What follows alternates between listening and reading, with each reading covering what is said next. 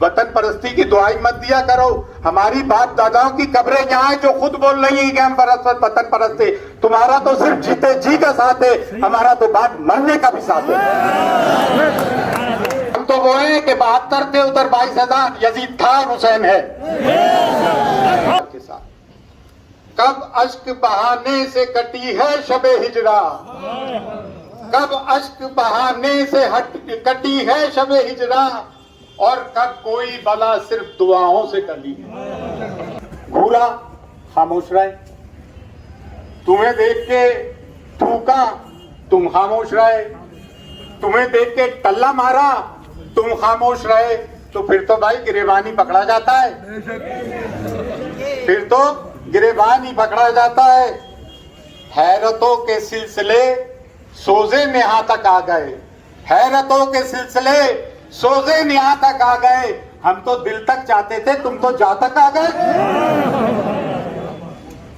तुमने जिस गिरेबान पे हाथ डाला है ना, तो ये बात ध्यान रखना, करबला भी हमारे सामने है, बदर हुनैन भी हमारे सामने है, खंदक भी हमारे सामने है, और खैबर भी हमारे सामने है। एक बात और कह दूं तमाम दरगाह और खानकाहों के लोगों से कि विलायत मौला अली का के घर से शुरू हुई है, चाहे वो शजरा नसब हो या शजरा तरीकत हो, लेकिन सिर्फ हाथ चुमाने का नाम मौलाइयत नहीं है, ना नारे लगाने का नाम मौलाइयत है, या सिर्फ फाता दुरूद तक महदूद रह जाने का नाम मौलाइयत है।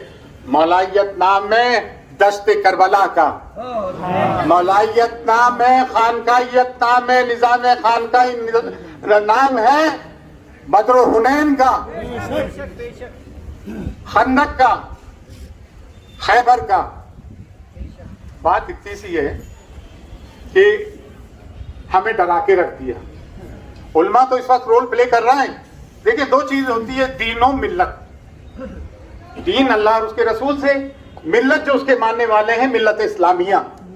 जब मिल्लत इस्लामिया के साथ जुल्म और सितम हो रहा था, सीए एनआरसी का मामला आ रहा था, अगर उस वक्त उम्मत इस्लामिया उठ के उस तरह से खड़ी हो जाती तो आज ये दिन नहीं देखना पड़ते।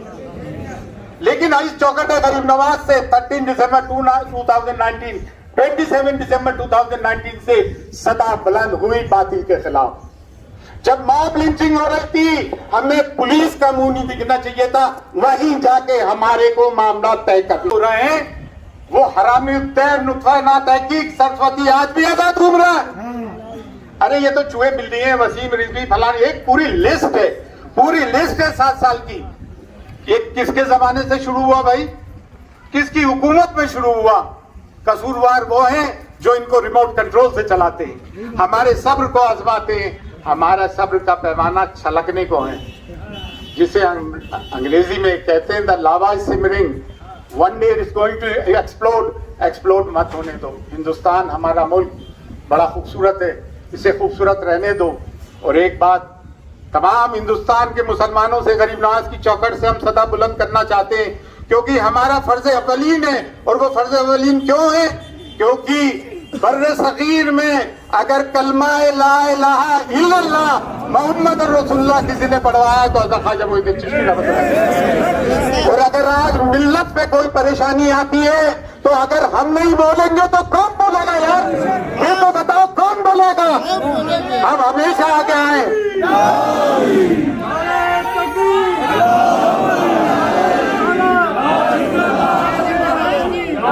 और वतन परस्ती की बात करते हो। जब कारगिल का मामला आया तो सब में पहले सरवर चिश्ती ने जाके ब्लड दिया। कारगिल का मामला आया, हमारी अंजुमन मोनिया फकरिया शिक्षिया खुदा में ख्वाजा सैयद जाद खान ने डोनेशन दिया। सुनामी आई, हमने डोनेशन दिया।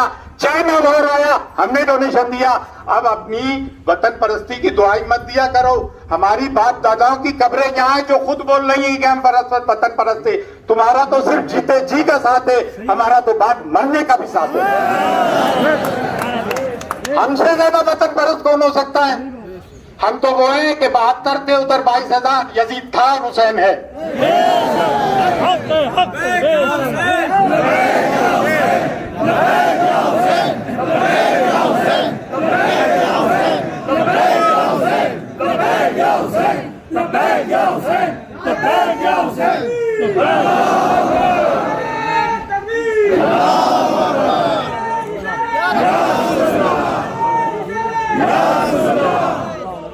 जब शहरों के नाम बदले जा रहे थे, जब रेलवे स्टेशन के नाम बदले जा रहे थे, मुगल सराय हटाया गया। अबे तो क्या रबर से हमारी हिस्ट्री बदल दोगे कि हमने 600 साल हुकूमत की है? इरेजर से आप बता दोगे? कैसे बिता दोगे? हम हाकिम थे, इस मुल्क के हुक्मरान थे। हम मखलूक नहीं है, हम सब्जेक्ट नहीं थे, हम रूलर्स थे। हमको सिर्फ सिक्योरिटी तक महदूद मत रखो, हमारे में ये अरमान पैदा मत कर दो कि फिर से हमें हुकूमत करनी है।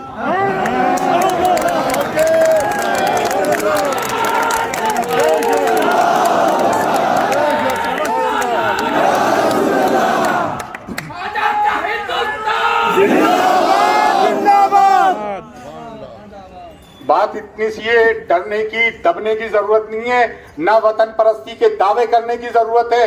ये जो आरएसएस आज वतन परस्ती के दावे करती है, जब अंग्रेजों से मारका हराई हुई तो हम ही लोग आगे थे, अब ये तलवे चाट रहे थे,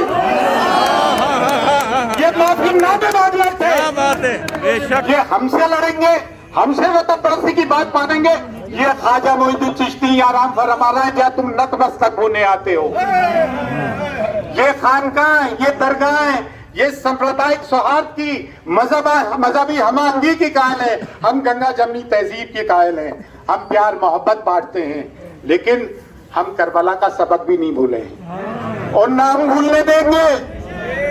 हम कब तक बर्दाश्त करेंगे?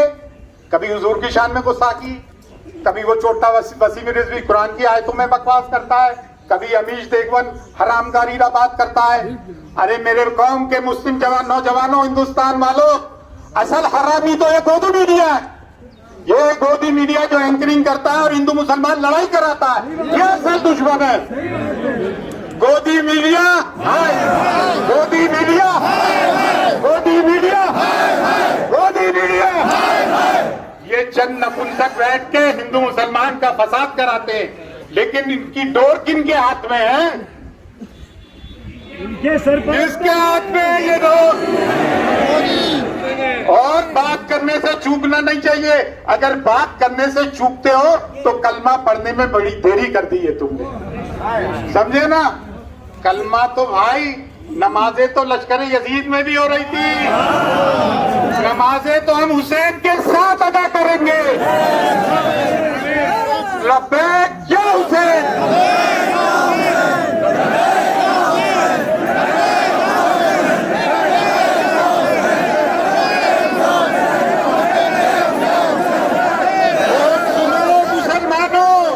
मुसलमानों सुनो, अगर खौफ से निकलना है, इज्जत से जीना है, आबरू से जीना है, तो दामने पंजतने पाक को पकड़ना होगा।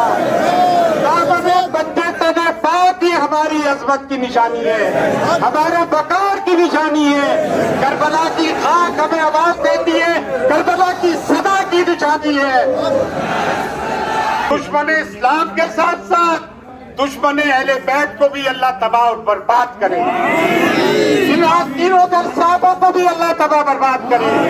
और वो जो मुखबिर और वो जो मुनाफिक जो यहाँ के नाम धरकर गवर्नमेंट की गोद में बैठ के CA NRC anti Muslim agenda और एंटी मुस्लिम ऑर्डिनेंसेस की हिमायत करते हैं, हम उन पर भी लानत भेजते हैं।